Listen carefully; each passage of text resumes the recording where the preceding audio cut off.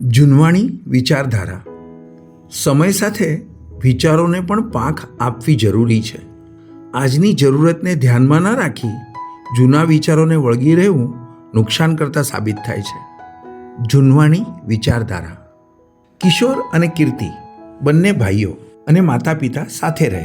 કિશોરના લગ્ન 5 વર્ષ પહેલાં સુધા સાથે થયેલ. એને એક 3 વર્ષનું સંતાન, નામ આરંભ. કિશોરની એક દ્રઢ માન્યતા કે પત્ની વધુ ભણેલી ન જોઈએ અને એટલે 8મી પાસ સુધા પર પસંદગી ઉતારેલ. બીજી બાજુ કીર્તિએ જે છોકરી પસંદ કરી એ ખૂબ ભણેલી અને બેંકમાં નોકરી કરે, નામ પૂજા. કીર્તિ અને એના મા બાપ બધાની હા થઈ, પણ કિશોરે ખૂબ વિરોધ કર્યો. આટલું ભણેલી છોકરી શા માટે? શું જરૂર છે? કીર્તિ સારું કમાય છે, નોકરી કરતી છોકરી શા માટે? ઘરમાં ધ્યાન શું દેશે? જેવા અનેક સવાલો ઊભા કરી દીધા. છેવટે કીર્તિના લગ્ન પૂજા સાથે નક્કી થઈ ગયા. કિશોર સિવાય બધા જ ખુશ હતા. લગ્ન પછી દિવસો વીતતા ગયા. પૂજાનો સાલસ અને મળતાવડો સ્વભાવ.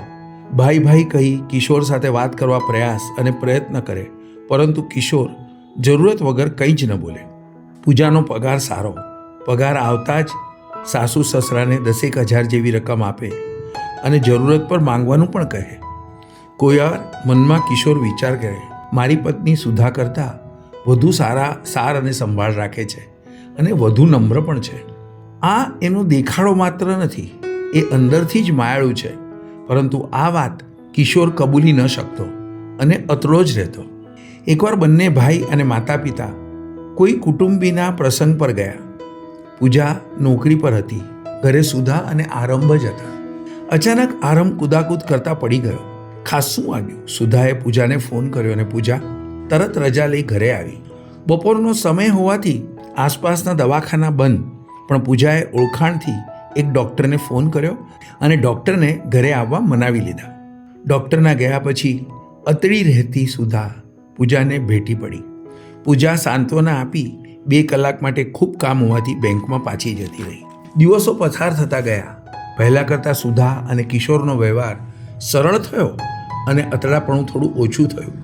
પૂજા અને કીર્તિ ઉપરાંત માતા પિતા આ બદલાવથી ખુશ હતા. આ પ્રસંગના 3-4 મહિના પછી કોરોના કાળનો સમય શરૂ થયો. બધાનું જીવન ડામાડોળ થઈ ગયું અને કિશોરની તો નોકરી પણ છૂટી ગઈ. કીર્તિ પૂજાને લીધે ખોટી ખેંચ તો ઘરમાં ન વર્તાઈ, પરંતુ કિશોરની મનોમન મૂંઝવણ વધી ગઈ.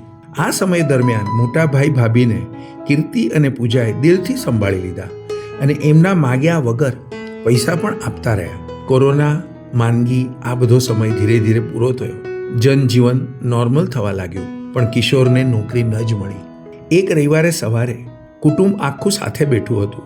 સુધા અને પૂજા બધા માટે નાસ્તો લાવ્યા અને આ દરમિયાન પૂજાએ વાત શરૂ કરી અને બોલી, મોટા ભાઈ, તમને ખરાબ ન લાગે તો એક વાત કહેવી છે. કિશોર બોલ્યો, બોલ, એમાં શું છે?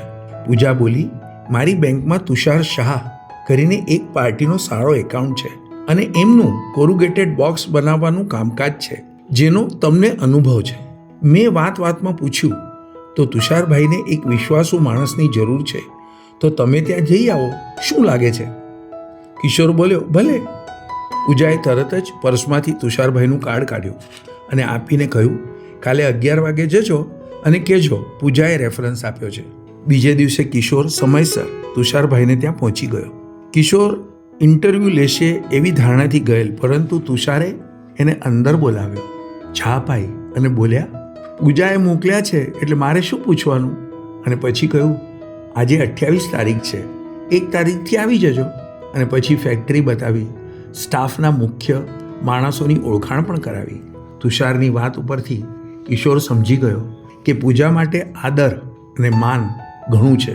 આજે પહેલી વખત પૂજા ઘરની વહુ છે નો ગર્વ અનુભવ્યો.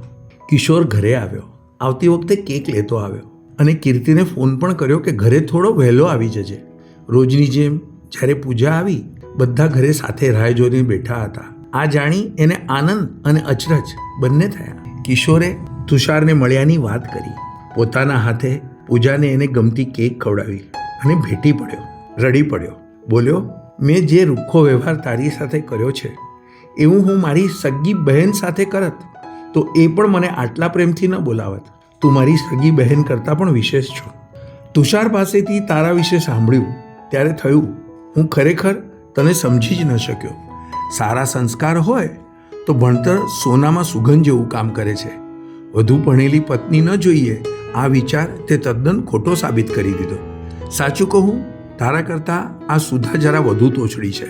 ખરેખર કીર્તિ નસીબદાર છે કે તું એને મળી છો. અને હા, એને લીધે તું આ ઘરમાં છો એટલે અમે પણ નસીબદાર તો ખરા જ. બધા હસી પડ્યા. કીર્તિ અને પૂજા ખૂબ ખુશ થયા. કિશોરને નોકરી તો મળી પણ સાથોસાથ એનું વર્તન પણ સામાન્ય અને મળતાવડું થઈ ગયું હતું.